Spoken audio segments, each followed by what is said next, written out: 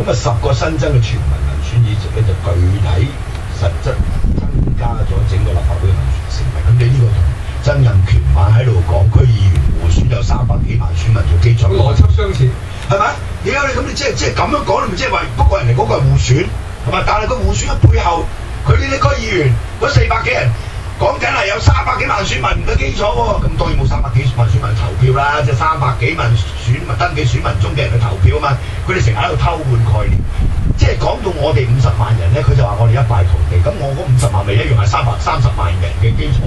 係咪？喂，但係佢完全冇即係針對一個問題就係、你功能組別嘅一半咧就可以否決晒立法會好多提嘅議案啊嘛，即係你就算你嘅整體嗰個功能組別提升到35個。即係話18個功能組別已經可以否決晒你立法會裏面好多議員提出嘅議案啊嘛，呢一個本質上係不變啊嘛，所以你民主黨話喂，我加多啲新嘅10席，其中5席係區議會補選，但係嗰個本質上啊，呢個立法會呢一個嘅剝削性立法會俾功能組別操控呢一個殘酷同埋唔公義、唔正常、唔合理嘅現象，係仍然本質上不變啊嘛，民主黨，我呢啲係唔理嘅。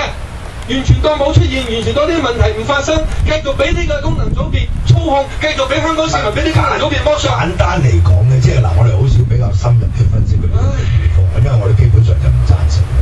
你而家猛強調嗰個民選嘅成分，就正如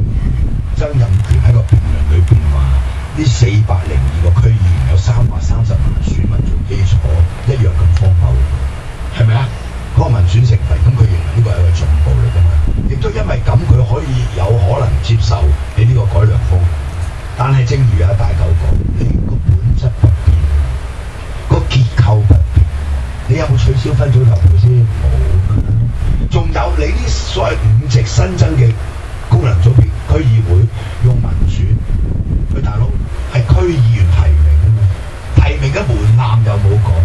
提名嘅程序，仲有投票嘅方式，全部都冇講。喂，可以預見你民主派得個100零個區議員，係嘛？400幾人裏邊得100零個人，你可以攞到幾多席㗎啦？可以提名到。就算頭先我個分析啊，就算我俾你民主派，我俾你民主黨啊，贏晒啲5席新增功能組別嘅區議會。